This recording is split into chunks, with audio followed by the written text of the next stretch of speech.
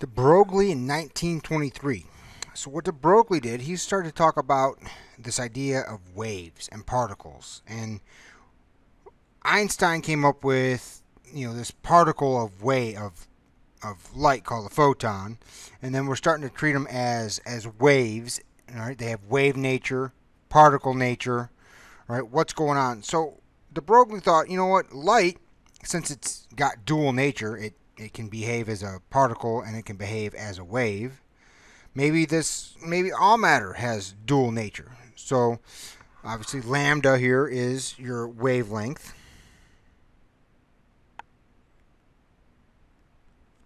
H of course is Planck's constant.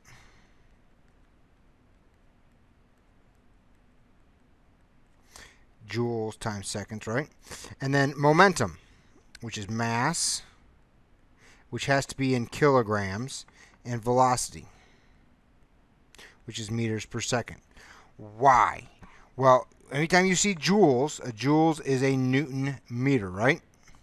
And then a Newton is, second law, mass times acceleration. So kilogram meter second squared, right? That would be a joule. Okay? Kilogram meter squared, second squared. Right? So that's a joule. We have to use the kilogram anytime we see joules for mass, because that's just how that works. All right. So one of these things about wave nature here, this is all wave nature, is that everything has a wavelength.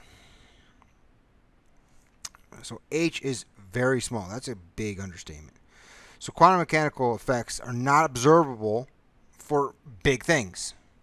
Okay? So that means technically you and I and your pets and your family members, everybody has a wavelength.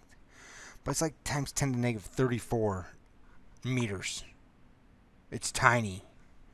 Right? It's actually infinitesimal. We cannot see it.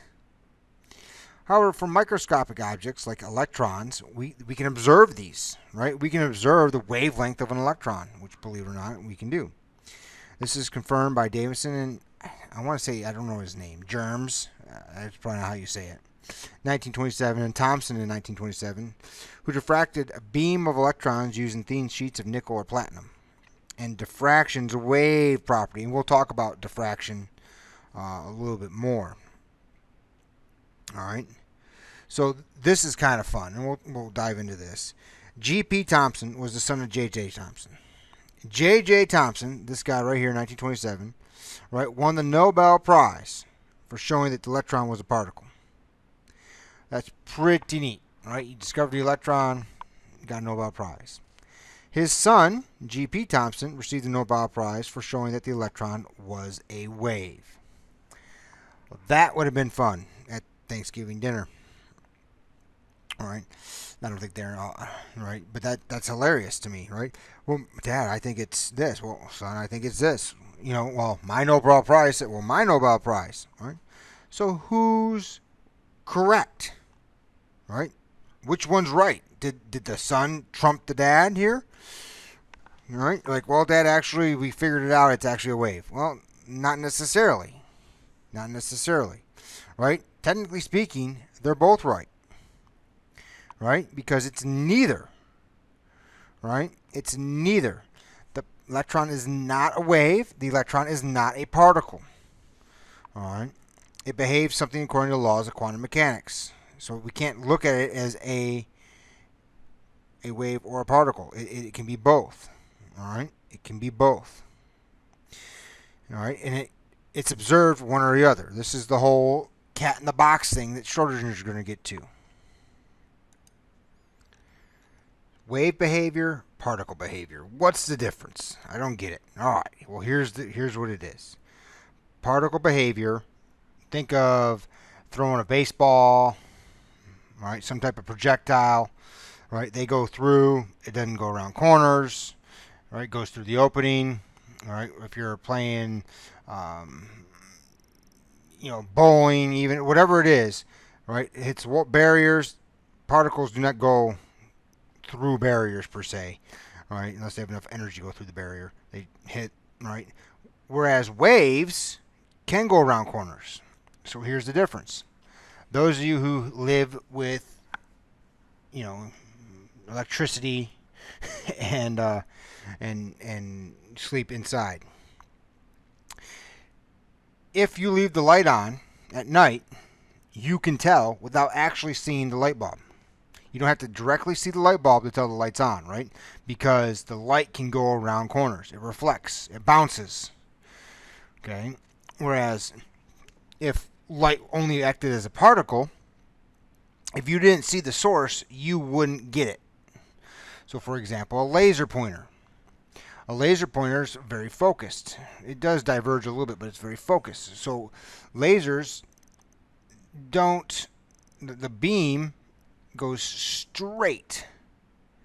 All right? It goes straight pretty much. Now, there are some that don't, but for the most part, they're very highly concentrated in one direction.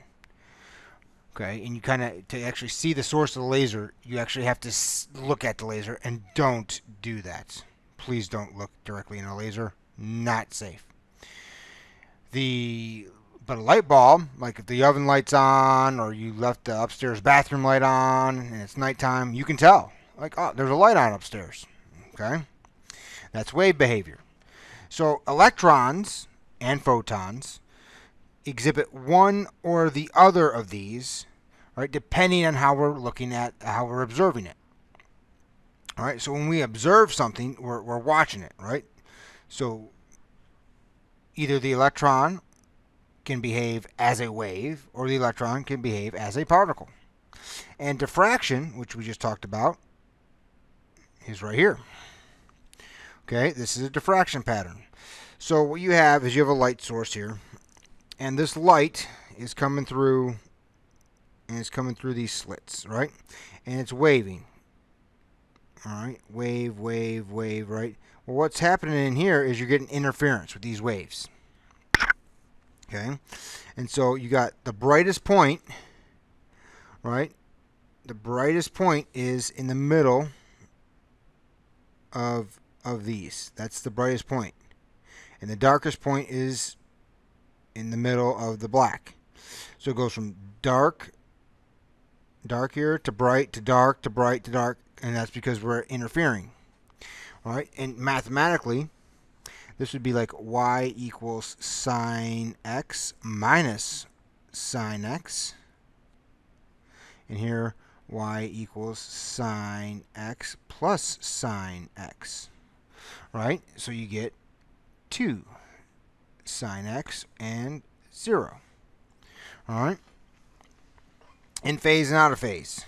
And you maybe have seen this if you've been on like a boat, or you've seen waves where waves collide in the ocean or a lake, and the waves build on each other or they cancel each other out. So if you're in a boat and one side of the wake is huge and the other one's like, getting smashing and smaller, you have constructive and destructive interference going on with the waves behind the boat. It's the same thing with light, and this can happen where light does grow and light can cancel each other out. Right, so that's diffraction. So this is the top view, and this is the front view. So you just took that and turned it 90 degrees and see the front.